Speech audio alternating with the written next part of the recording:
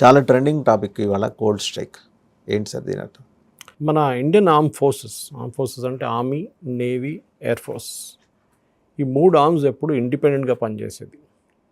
మొదటి నుంచే ఇంటిగ్రేటెడ్గా పనిచేయవు. అంటే వాళ్ళ కమాండ్ సిస్టమ్స్ ఉంటుంది, వాళ్ళ కమాండర్స్ ఉంటారు, వాళ్ళ chief of naval staff, chief of army staff, chief of air force ఉంటారు. ఏ కమాండ్ ఇచ్చినా పైనుంచి కింద దాకా వెళ్తుంది, కానీ హారిజాంటల్గా వెళ్ళదు, వర్టికల్గానే ఉంటుంది అన్నమాట. ఈ ప్రాబ్లం ఎక్కడొచ్చిందంటే కార్గిల్ వార్ టైంలో చాలా మటుకు ఈ air force, Indian air force support కావాల్సి వచ్చింది ఇండియన్ ఆర్మీకి. ఎస్పెషలీ వాళ్ళు బటాలిక్ కానివ్వండి, మన హంప్ వైపు వెళ్తున్నప్పుడు కార్గిల్ ద్రాస్ వైపు వెన్ దే క్లైంబింగ్ అప్ వాళ్ళకి ఎయిర్ సపోర్ట్ కావాలి. అంటే పాకిస్తాన్ వాళ్ళు పైన కూర్చొని ఫైర్ చేస్తున్నారు, మన వాళ్ళు కింద నుంచి పైకి వెళ్తున్నారు. So naturally the sitting ducks అంటారు ఇంగ్లీష్లో, ఈజీగా చంపేయచ్చు. చాలామంది చనిపోయినారు కూడా అట్లా. సో ఇండియన్ ఆర్మీ అప్పుడు Indian air force helicopter gunship support అడిగారు. అంటే హెలికాప్టర్స్ ఆన్ విత్ గన్స్ అడిగితే వాళ్ళ కమాండ్కి తిరిగి వెళ్ళారు మొత్తం. లాంగ్ ప్రోటోకాల్ వాళ్ళు అడగాలి కదా, పర్మిషన్ అడగాలి కదా. ఆర్మీ అడిగినారు, మేమేం చేయాలి, వెళ్ళాలన్నా వెళ్ళొద్దని చెప్పరు, కానీ ఎట్లాంటి ఉపయోగించాలి, ఎట్లాంటి గన్షిప్స్ తీసుకెళ్ళాలి, ఇదంతా డిసైడ్ చేయడానికి రెడీగా ఉండరు కూడా ఆ టైంలో. అప్పుడు కార్గిల్ తర్వాత ఒక రివ్యూ జరిగింది. కార్గిల్లో జరిగిన షార్ట్ కమింగ్స్ ఏమేమి ఉందని చెప్పి ఒక రివ్యూ చేశారు. ఒక రిపోర్ట్ బయటకు వచ్చింది. ఆ రిపోర్ట్లో చెప్పింది అంటే ఇంటర్ సర్వీసెస్ ఒక కోఆర్డినేషన్ లేకుండే, దాంట్లో నేవీకి ఎక్కువ ప్రసక్తి లేకుండా, ఎందుకంటే navy was not involved. Kargil చాలా దూరం సీ నుంచి. So it was basically air force and army. And air force కూడా చాలా టైట్, దాంట్లో వాళ్ళు జెట్స్ వాడలేకపోయారు. వాళ్ళు గుర్తుంటుంది మీకు, ఇండియన్ ఎయిర్ ఫోర్స్ జెట్స్ వాడితే కూడా ఏం చేస్తున్నారు, పాకిస్తాన్ వైపు వెళ్ళి తిరిగి వస్తారు. Nachiketa was captured like that. So ఆ తిరిగి రావడంలో ప్రాబ్లం పడుతుంది, ఎందుకంటే ఒక ఎయిర్ ఫోర్స్ జెట్ వెళ్తున్నప్పుడు చాలా it goes at really high speeds. Mach 1 speed వెళ్తున్నప్పుడు యూటర్న్ తీసుకోలేము మనం, బండి యూటర్న్ తీసుకుంటున్నట్ల. పాకిస్తాన్ బార్డర్ అక్కడే ఉంటుంది. So you cannot cross the border also. Gun ships కావాలి వస్తుంది, హెలికాప్టర్ గన్ షిప్స్. దానికోసం అడిగారు, టైం పట్టింది. ఆ ఆర్డర్ తిరిగి వచ్చేదాకా 2-3 గంటలు టైం పట్టింది. దాని లోపల ఇంకా మన చాలామంది సైనికులు చనిపోయారు. సో ఆఫ్టర్ ద వార్ ఒక డిసిజన్ ఏం తీసుకున్నాక ఇంటిగ్రేటెడ్ కమాండ్ ఉండాలన్న, అంటే ఎయిర్ ఫోర్స్, నేవీ, ఆర్మీ కలిసి పనిచేయాలి. ఒక ఆర్డర్ పైనుంచి ఇస్తే ముగ్గురు దాన్ని పట్టించుకోవాలి. కానీ ప్రాబ్లం ఎక్కడ వస్తుందంటే వాసుదేవన్ గారు, ఈగో ప్రాబ్లం. అది ఏ కంపెనీలోనే ఉంటుంది, ఆర్మీలో కూడా ఉంది, ఎయిర్ ఫోర్స్లో కూడా ఉంది, నేవీలో కూడా. నేను ఎందుకు నేవీ ఆఫీసర్ కమాండ్ నేను ఎందుకు తీసుకోవాలని చెప్పి ఆర్మీ వాడు ఆలోచిస్తారు. ట్రై సర్వీసెస్ కమాండ్ అని చెప్పి మన అండమాన్లో పెట్టాం మనం ఒకటి. అంటే అందరూ ఒకటే కమాండర్ కింద పనిచేస్తారు. సో ప్రాబ్లం ఎక్కడ వస్తుంది, ఈగో. వాడెవడు నన్ను చెప్పడానికి, అంటే డైరెక్ట్గా చెప్పారనుకోండి, కానీ వీళ్ళెవరు, మాకు తెలుసు కదా, మేమేం చేయాలో మాకు తెలుసు. ఎయిర్ ఫోర్స్ వానికి ఏం తెలుసు, ఆర్మీ ఎట్లా పనిచేస్తుంది. నేవీ వాడు ఏమంటాడు, ఆర్మీ వానికి ఏం తెలుసు, నేవీ ఎట్లా పనిచేస్తారని చెప్పి. సో డాక్ట్రిన్ ఒకటి తయారు చేశారు కార్గిల్ వార్ తర్వాత. దాన్ని చాలా మటుకు ఇంప్లిమెంట్ చేశారు. దానికి ముందు పార్లమెంట్ అటాక్ జరిగింది. పార్లమెంట్ అటాక్ జరిగినప్పుడు మనం ఆపరేషన్ పరాక్రమ్ అని చెప్పి ఒక ఆపరేషన్ స్టార్ట్ చేస్తాం. రాజస్థాన్ వైపు స్టార్ట్ చేసాం మనం. ఆ ఆపరేషన్ బాగానే నడిచింది, కానీ తర్వాత రివ్యూ చెప్పారంటే నెలలు పట్టిందంట మన ఆర్మీ ఫార్మేషన్స్ తీసుకురావడానికి.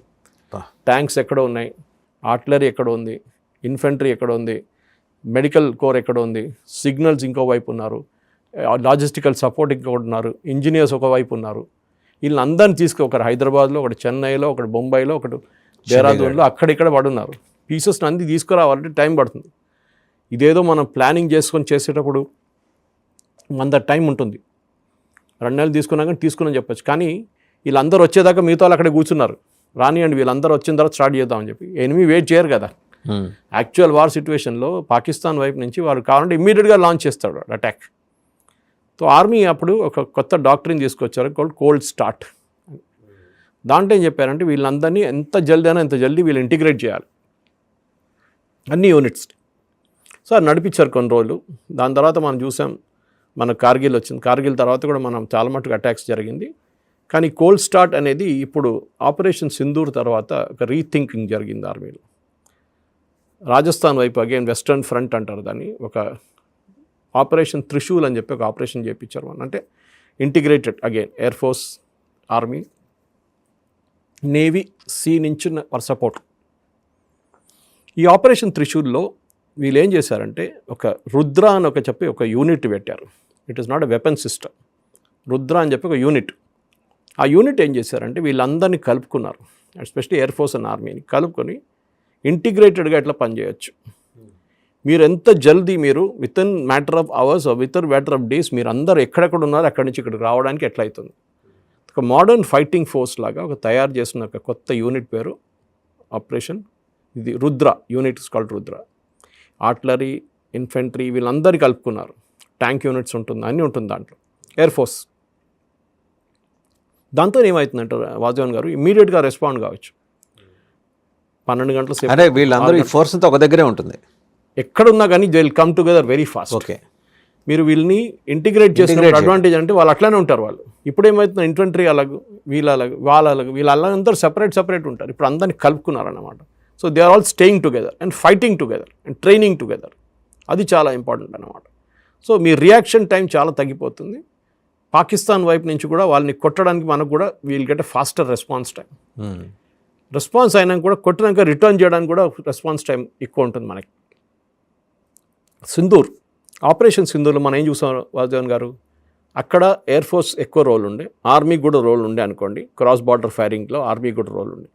కానీ చాలా మట్టుకు ఆపరేషన్ సింధూర్లో కూడా మన ఒక పొలిటికల్ డెసిషన్ ఏం తీసుకున్నాం అంటే మన ఇమ్మీడియట్ ఆబ్జెక్టివ్స్ ఫుల్ఫిల్ అయిన తర్వాత we will come back. Okay.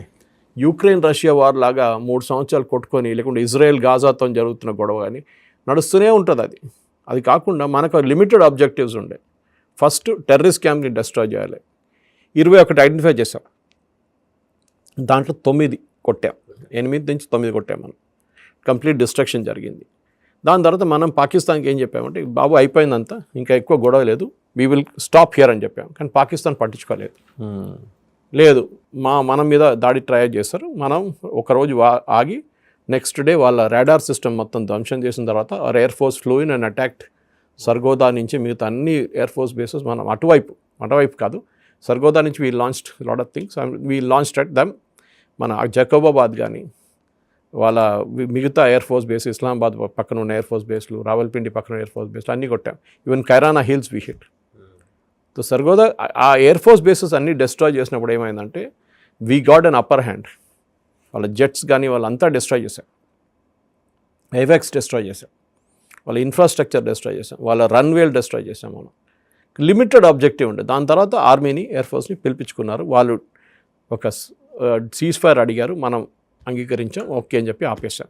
చాలామంది అడిగారు మోదీ గారు ఎందుకు చేశారు, మొత్తం వెళ్ళాలుండే కదా, కొట్టాలుండే. అది ఎప్పుడు ఆగదు. ఒక్క మనిషి కూడా చనిపోకుండా మనం చేసాం ఈ ఆపరేషన్ అంతా.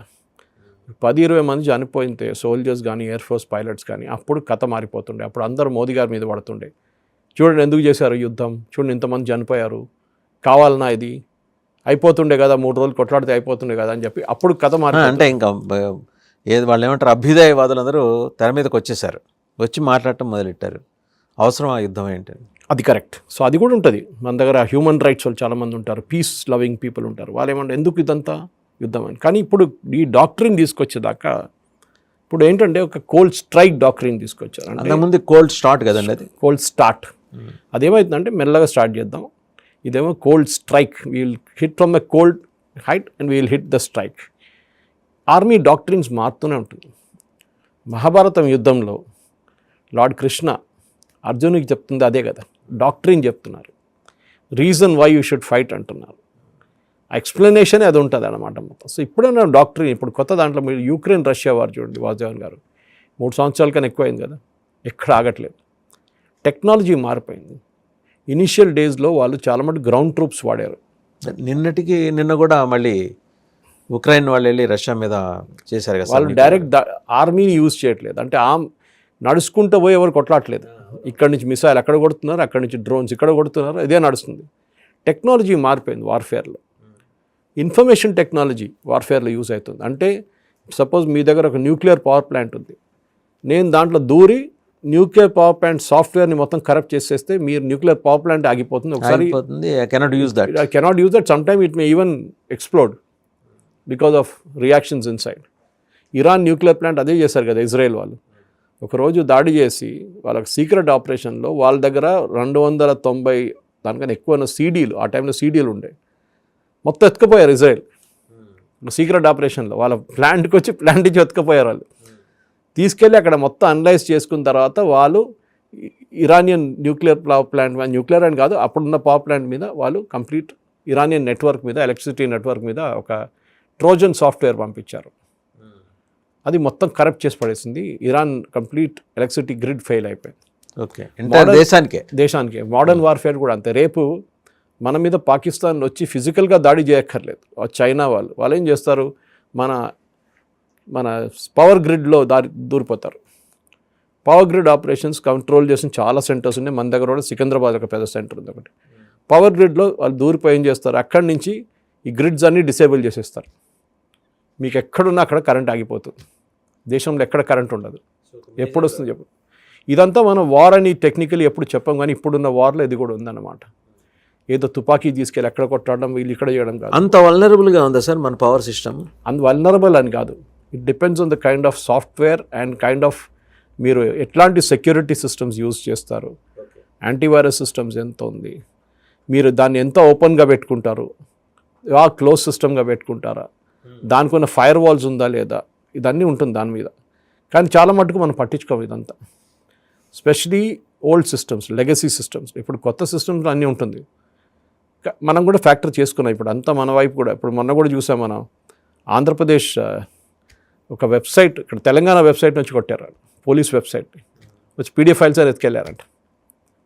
So it can happen any time. మనం చూసుకుంటాం, జీమెయిల్ హ్యాక్ చేసి ఎంత 2 million accounts password user name తీసుకున్నారంట. Suppose to be secure, but జరుగుతుంది అది.